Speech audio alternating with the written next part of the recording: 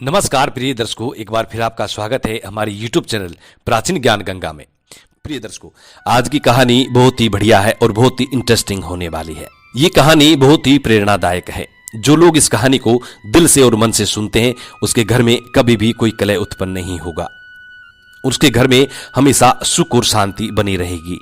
मां लक्ष्मी का सदैव आगमन रहेगा। प्रिय दर्शकों, ये तो आपने बखूबी सुना होगा कि जिस घर में रोज लड़ाई झगड़े होते हैं, रोज कलह उत्पन्न होता है, उस घर में बरकत नहीं होती, मां लक्ष्मी का आगमन नहीं होता। जिस घर में सुख शांति होती है उस घर में सुख समृद्धि की प्राप्ति होती है और मां लक्ष्मी का निवास सदैव बना रहता है। ये कहानी हमारे जीवन में हमें ये प्रेरणा देगी कि हमें घर में लड़ाई झगड़े क्यों नहीं करने चाहिए और जिस घर में लड़ाई झगड़े होते हैं तो उनको किस तरीके से रोका जाए। प्रिय दर्शकों, घर में सुख शांति का होना बहुत जरूरी होता है, क्योंकि जहां सुख शांति होती है वहां लक्ष्मी निवास करती है। जहां कलह उत्पन्न होता है, लड़ाई झगड़े होते हैं, वहां अलक्ष्मी निवास करती है, दुख दरिद्रता निवास करती है। इसीलिए हो सके तो इस कहानी पर जरूर अमल करें और इस कहानी को पूरा सुने। ये कहानी आपको आपके जीवन में ढेरों सारी प्रेरणाएं देगी। ये बहुत ही प्रेरणादायक कहानी है। शुरू करने से पहले जो लोग हमसे नए जुड़े हैं वो हमारे चैनल को सब्सक्राइब करें, अच्छे अच्छे कमेंट करें, बेल आइकन ऑन करना ना भूलें ताकि हर आने वाली वीडियो का नोटिफिकेशन सबसे पहले आपको मिले। प्रिय दर्शकों, हमारे इस चैनल में हम रोज नई कहानियां, नई नई जानकारी लेके हाजिर होते हैं। शुरू करते हैं प्रिय दर्शकों आज का ये प्यारा सा वीडियो। प्रिय दर्शकों, एक जंगल में एक मोरनी रहा करते थे। मोर और मोरनी दोनों बड़े हंसी खुशी रहते थे। एक दिन मोरनी मोर से कहती है कि पियाजी, हमें यहां से चलना चाहिए और यहां से चलने के बाद जहां हमारे समाज के पक्षी रहते हैं, जहां काफी सारे मोर और मोरनी रहते हैं, हमें वहां चलना चाहिए।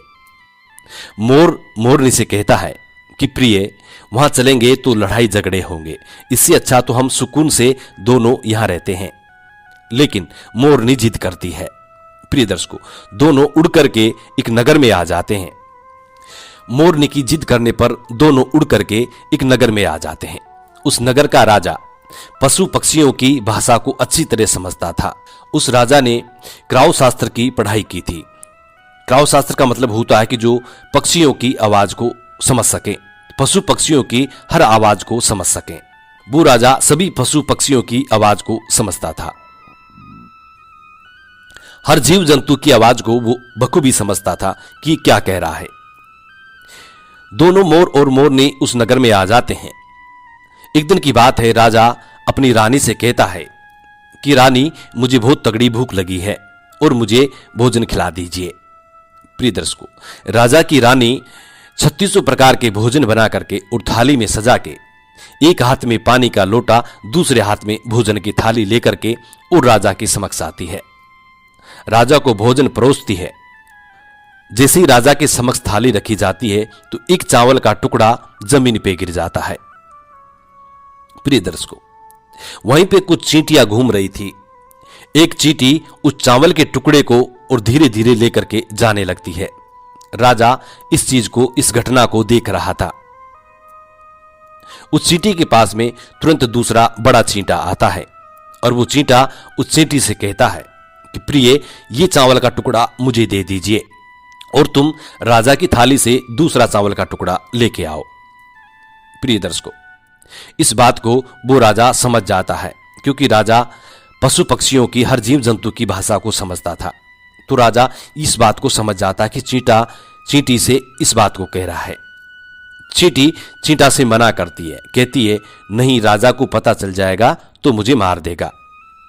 लेकिन चींटा फिर भी कहता है, चींटा कहता है कि राजा को कोई पता नहीं चलेगा, नहीं, राजा हमारी भाषा को समझता है।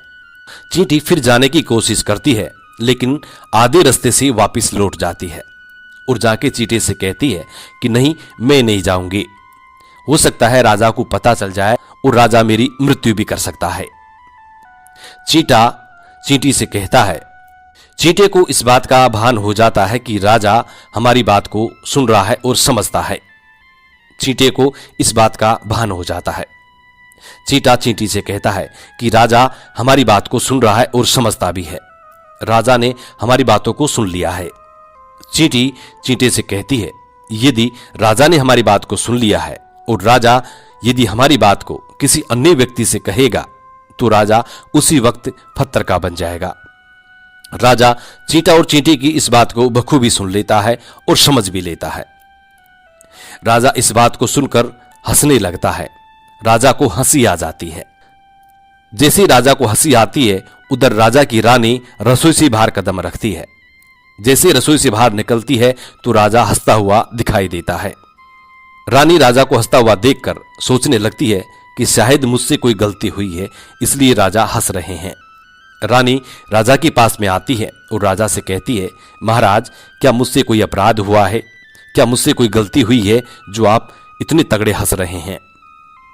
राजा कहता है, नहीं, ऐसी कोई बात नहीं है, बस ये तो यूं ही हंसी आ गई। प्रिय दर्शकों, रानी जिद करती है और कहती है, नहीं, मुझे आपको बताना ही पड़ेगा कि आप किस बात पे हंस रहे हैं।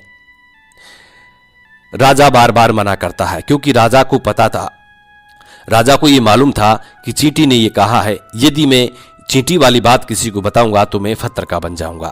इसलिए राजा रानी को यह बात नहीं बताना चाहता, लेकिन रानी बार बार जिद करती है और कहती है, आपको मुझे बताना ही पड़ेगा। यदि आप मुझे सच्चा प्रेम करते हैं, अपनी रानी मुझे समझते हैं, तो आपको बताना ही पड़ेगा। अब राजा बड़ा धर्म संकट में पड़ जाता है। राजा बार बार मना करता है। यदि राजा रानी को बात बताता है तो पत्थर का हो जाएगा, यदि नहीं बताता है तो रानी का विश्वास खत्म हो जाएगा। प्रिय दर्शकों, रानी जिद करने लगती है। कहते हैं ना, त्रिया हट और बाल हट बहुत तगड़ी होती है।